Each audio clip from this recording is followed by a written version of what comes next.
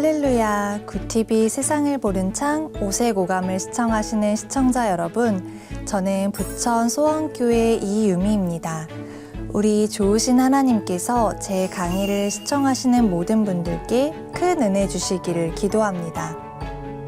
오늘의 주제는 고난에 대처하는 법입니다.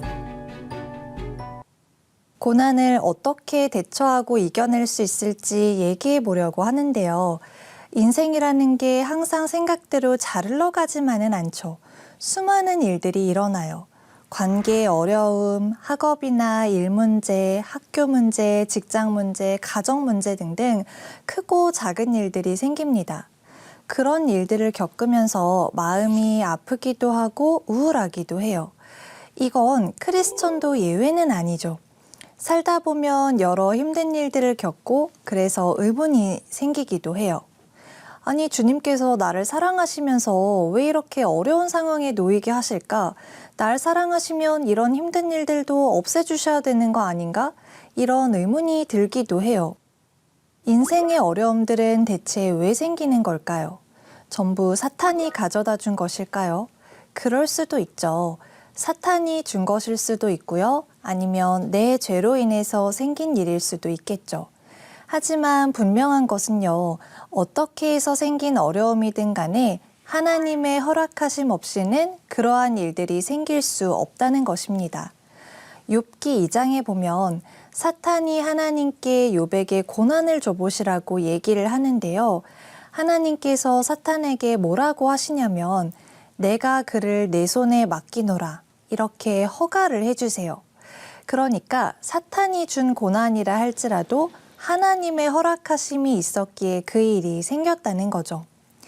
마태복음 10장 29절에서 아버지 하나님께서 허락하지 아니하시면 참새 하나도 땅에 떨어지지 아니한다고 하셨어요.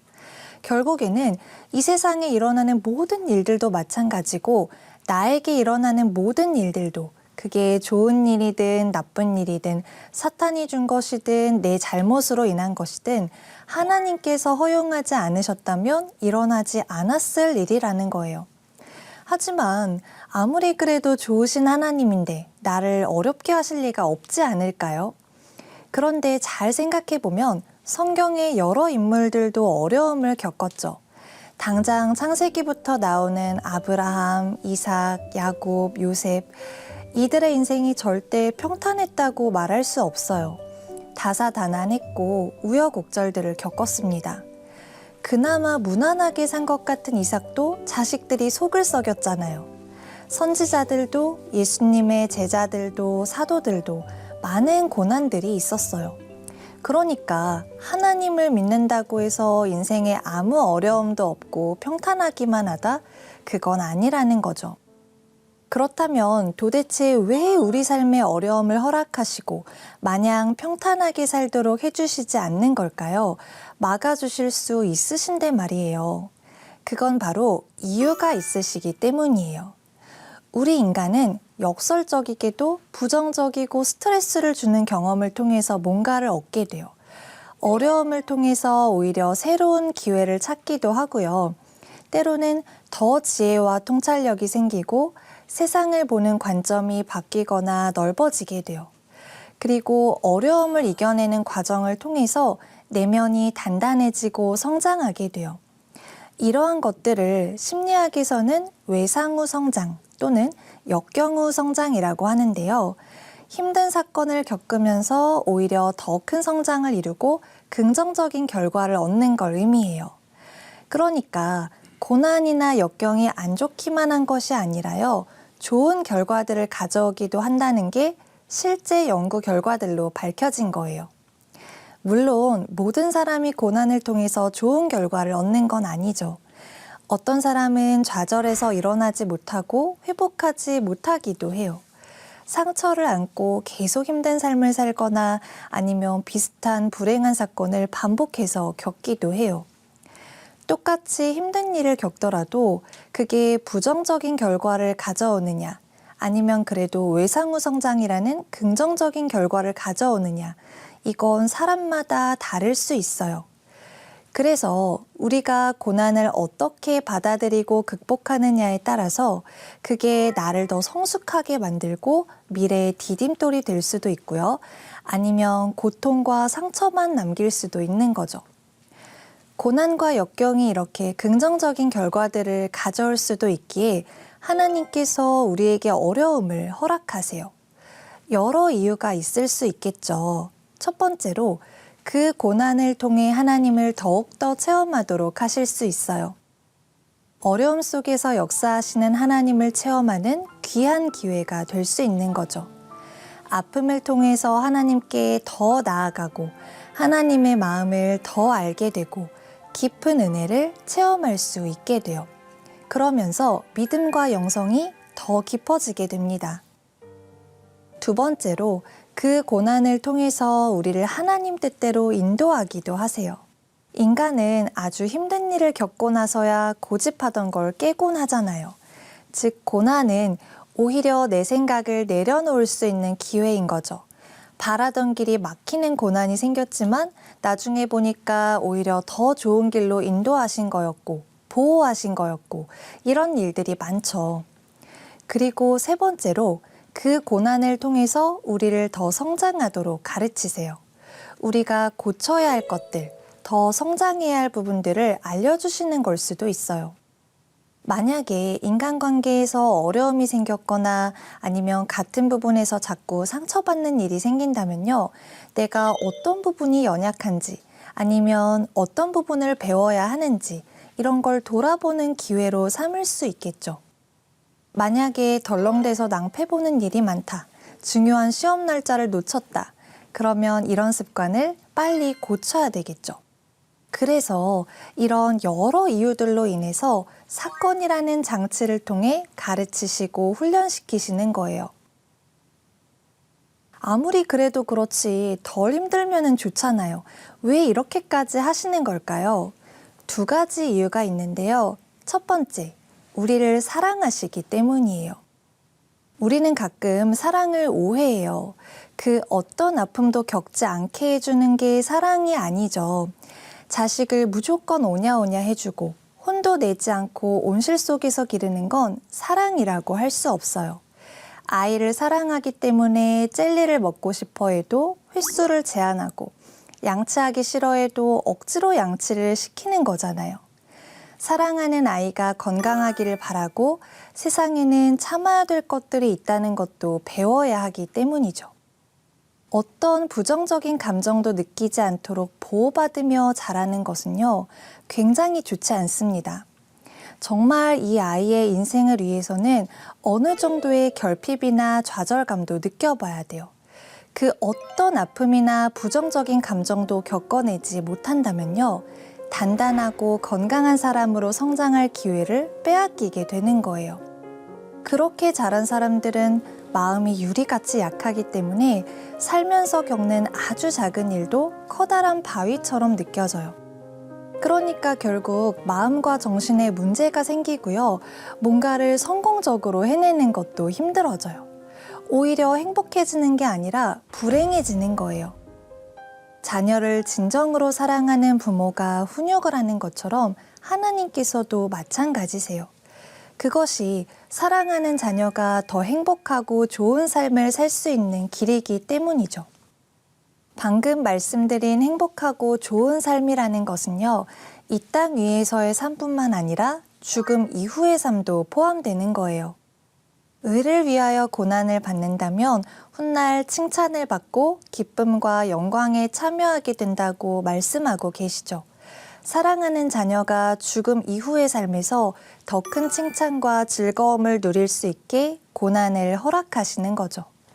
두 번째, 하나님께서 고난을 허락하시는 궁극적인 두 번째 이유는 우리를 사용하기 원하시기 때문이에요. 하나님께서는 우리의 연약함과 부족함과 상관없이 우리를 사랑하시죠. 나의 이 모습 이대로를 사랑하세요. 하지만 이 모습 이대로를 사용하실 수는 없는 거예요. 그래서 때로는 고난으로 가르치시고 훈련시키시고요. 그렇게 사용하시기 좋은 그릇으로 만드시는 거죠. 힘든 사건을 통해서 고쳐야 하는 부분들을 깨닫거나 더 발전할 수 있으니까요. 그리고 결핍에 대한 얘기도 잠깐 했지만 어느 정도의 결핍은 오히려 동기를 부여해 주기도 해요. 더 나아지고자 하는 동기, 부족한 걸 채우고자 하는 동기, 열심히 살고자 하는 동기, 이런 것들을 자발적으로 가지게 만들어요. 그래서 더 나은 방향으로 성장하게 해주죠. 게다가 약간의 우울한 감정은요, 객관적인 사고를 하게 해주는 장점도 있거든요. 그래서 힘든 일이나 힘든 감정이 오히려 동기와 지혜를 얻게 하는 긍정적인 역할을 하기도 한다는 거예요. 이것이 고난의 순기능이죠. 또한 고난은 우리의 마음을 더 강하게 만듭니다. 회복 탄력성이라는 게 있어요. 이게 뭐냐면 원래의 자리로 돌아가려는 탄성을 생각하면 되는데요. 즉, 마음이 무너져도 다시 회복할 수 있는 탄력성을 얘기하는 거예요. 이 회복 탄력성이 있어야 어려움을 겪어도 잘 극복할 수 있고요. 마음이 병들지 않고 잘 회복할 수 있어요. 그러면 이 회복 탄력성은 어떻게 기르느냐? 바로 어려움을 이겨낼 때 길러져요. 되게 모순적이죠. 어려움을 이기도록 해주는 탄력성이 어려움을 이겨야지 생긴다뇨. 근육을 생각하시면 쉬운데요. 저는 헬스기구로 근력 운동하는 걸 별로 좋아하지 않아요. 재미도 없고 힘들거든요. 근데 그렇다고 이걸 안 하면 시간이 가면서 근육이 빠지고 건강도 안 좋아지겠죠. 반대로 힘들어도 참고 운동을 하면 근육이 생길 거예요. 처음에는 가장 낮은 무게로 시작하겠죠. 귀찮고 힘들고 또 근육이 찢어지면 아파요. 근육통이 와서 걷기도 힘들어요. 그래도 이걸 이겨내고 운동을 하면 결국에는 근육이 생기겠죠. 근육이 생겼기 때문에 나중에는 더 큰 무게인 30kg, 40kg도 할 수 있게 돼요. 처음에는 제일 낮은 무게도 후들거리면서 했지만 나중에는 더 큰 무게도 감당할 수 있을 튼튼한 근력이 생기는 거죠. 마음도 이와 똑같다고 생각하시면 돼요. 어려움을 이겨내는 과정을 통해서 마음의 근력이 강해져요. 그러면 예전에는 아주 못 견디게 힘들던 일들도 어느 순간 그렇게까지 힘들게 느껴지지 않는 거예요. 고난이라는 무게를 들어 올려야 앞으로 그 어떤 것도 잘 극복할 수 있게 돼요. 작은 일에도 아파하고 무너져서 나아가지 못하는 사람은요, 하나님께서 쓰시기 어렵죠. 큰 일에 쓰임받기는 어려울 거예요. 성경 인물들은 하나님께서 쓰실 수 있는 담대하고 강한 사람들이었어요. 다윗은 전장으로 달려나가서 골리앗을 쓰러뜨릴 만큼 담력도 있고 실력도 있었죠. 다윗의 멋있는 고백 중 하나가 시편 3편 6절에 있는데요. 천만인이 나를 에워싸 진친다 하여도 나는 두려워하지 아니하리이다. 10,000명이 나를 둘러싼 상황을 한번 그려보세요. 얼마나 무서운 상황인가요? 그러나 죽음을 위협하는 수많은 위기 가운데 하나님과 동행하며 승리해 왔기에 이런 고백을 할 수 있었던 거예요. 라합은 이스라엘 정탐꾼을 숨겨줄 만큼 기지가 있었고요. 그들을 쫓던 병사들을 무서워하지 않았던 아주 용기 있고 분별력 있는 사람이었어요. 그런 라합이라는 사람이 있었기에 이스라엘이 여리고를 정복했을 뿐만 아니라요. 라합은 나중에 보아스를 낳고 예수님까지 이어지는 계보에 들어가게 되었어요. 사도 바울은 그 어떤 핍박과 가난과 어려움 속에서도 끝까지 예수님을 전할 만큼 굳건한 사람이었어요. 더 나은 사람, 더 강한 사람으로 만들어서 사용하기 원하시는 하나님의 사랑이 고난 속에 숨겨져 있는 거예요. 제가 몇 년 전에 크게 아팠던 적이 있어요. 폐병에 걸렸고 배설기관에도 문제가 생겨서 아주 고통스럽고 비참한 날들을 보내게 되었어요. 잘 다니던 직장도 그만둬야 했고요. 많은 인간관계가 끊어지고요. 기본적인 일상생활도 하기 힘들었어요. 매일 눈물을 흘려야 하는 아주 어려운 시간이었어요. 그런데 저는요, 그 고난이 없었다면 교회 개척에 순종하지 않았을 거예요. 저희 목사님이 교회 개척에 대한 응답을 받았는데 저는 좀 나중에 하자고 반대했었거든요. 그 아픈 시간이 없었다면 절대로 제가 계획한 인생의 길을 틀지 않았을 거예요. 게다가 그 시간 동안에 믿음이 많이 깊어지는 것도 체험했어요. 하나님과 더 가까워질 수 있었고 하나님의 사랑을 크게 체험할 수 있었고 말씀을 더 깨달을 수 있었던 아주 큰 은혜를 주신 시간이었어요. 그리고 제 육신을 어떻게 관리해야 하는지도 깨닫는 계기가 되었어요. 그 시간을 통해서 신앙적으로도 육신적으로도 더 성장할 수 있었던 거죠. 그 시간이 정말 끔찍하고 고통스러웠지만 한편으로는 가장 소중하고 값진 시간이었기도 하다는 거예요. 과거로 돌아가서 그 시간을 다시 겪을 것인가? 만약에 그렇게 선택할 수 있는 기회가 주어진다면 진짜 100번은 넘게 고민할 것 같긴 한데요. 그래도 저는 그 시간을 다시 겪겠다고 선택할 것 같아요. 엄청 두렵고 떨릴 것 같기는 한데 그래도 그렇게 할 것 같아요. 왜냐하면 그때 얻은 것들이 아주 많고 그것들이 아주 가치가 있는 것들이기 때문이에요. 근데 고난은 참 힘들잖아요. 말로 좋게 좋게 가르쳐 주시면 안 되는 걸까요? 잘 아시다시피 인간은 절대 말로 해서 되는 존재가 아니죠. 성경을 쭉 보면요. 구약이든 신약이든 사람들이 하나님 말을 잘 안 들었잖아요. 우리도 똑같죠. 어렸을 때 부모님이 잔소리하시면 그대로 따랐던 분 계신가요? 게임 그만하고 이제 시험 공부 좀 해라. 그러면 네 어머니 이러고 바로 게임을 끄는 분들은 없었을 거예요. 시험도 망쳐보고 미래에 대한 불안도 스스로 느껴보고 그러기 전까지는 자발적으로 잘 안 돼요. 인간은 계기가 필요해요. 아무리 주변에서 그렇게 먹으면 나중에 아프다, 몸에 안 좋은 거 적당히 먹어라 이런 얘기를 해도요. 진짜 병에 걸리고 아파 보기 전까지는 절대 습관을 못 고칩니다. 그런 남자 만나지 마라, 헤어져라. 아무리 주변에서 도시락 싸들고 말려도요. 본인이 크게 겪어보기 전에는 몰라요. 그게 인간이에요.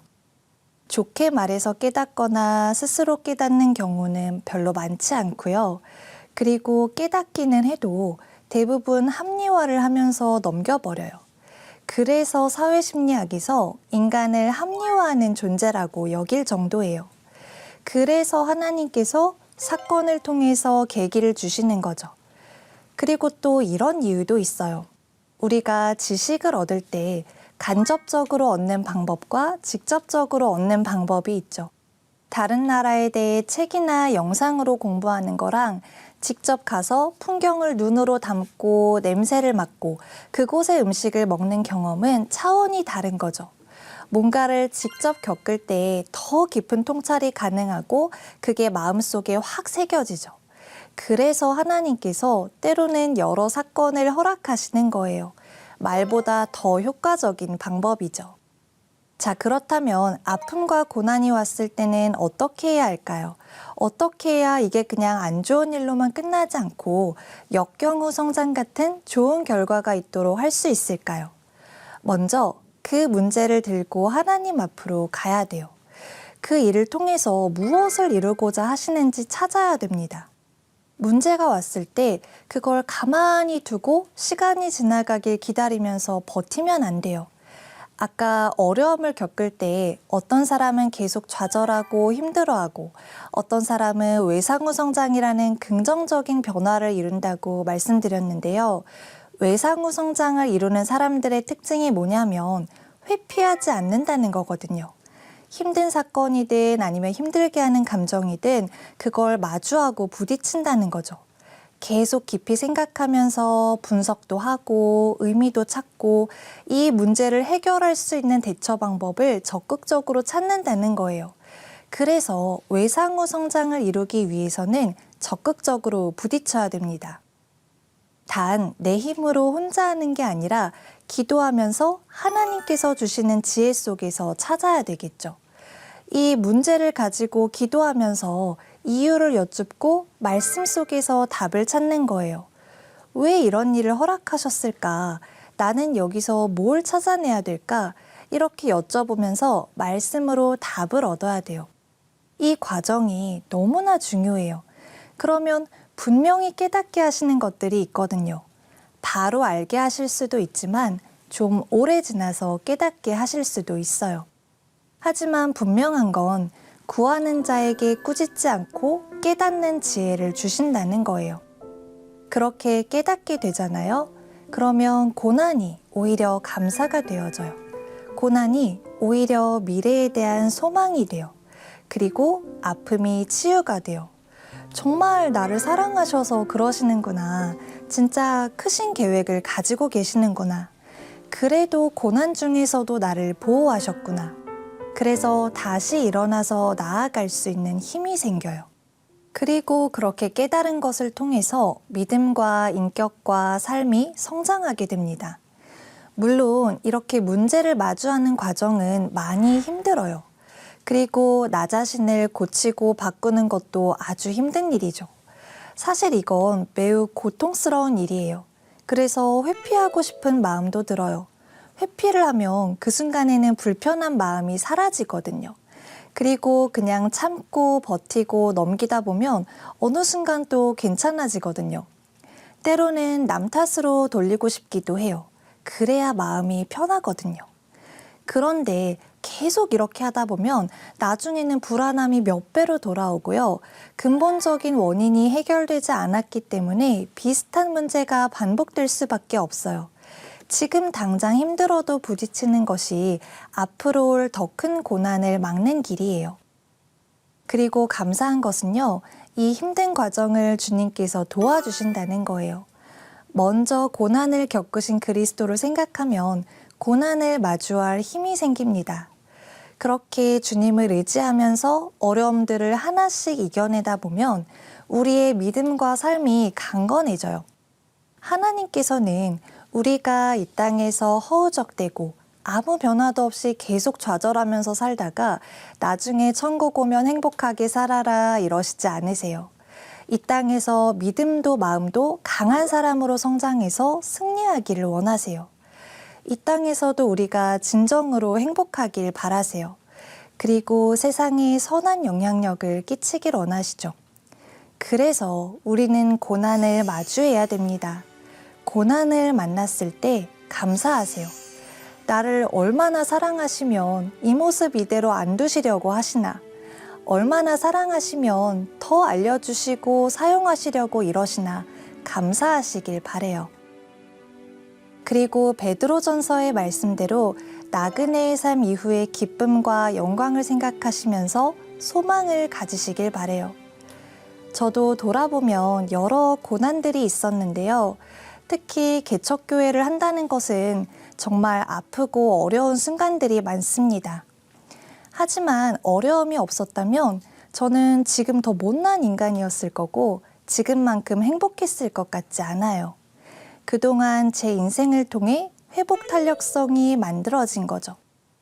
여러 과정들을 거칠 때마다 더 단단해지고 또 한 걸음 더 성장하고 이런 것들이 느껴져요. 레벨업을 하기 위해서는 퀘스트를 달성해야 하죠. 그래서 두렵지만 한편으로는 설레기도 해요. 그리고 그 과정을 통해서 생각지 못한 길을 여시고 놀랍게 인도하시니까 오히려 더 감사해요. 어려움이 없었다면 평탄하고 편할 수는 있었겠지만 오히려 제 마음과 인생은 더 불행했을 것 같아요. 내가 바라는 대로 평탄하게 잘 되는 것이 꼭 복이 아닙니다.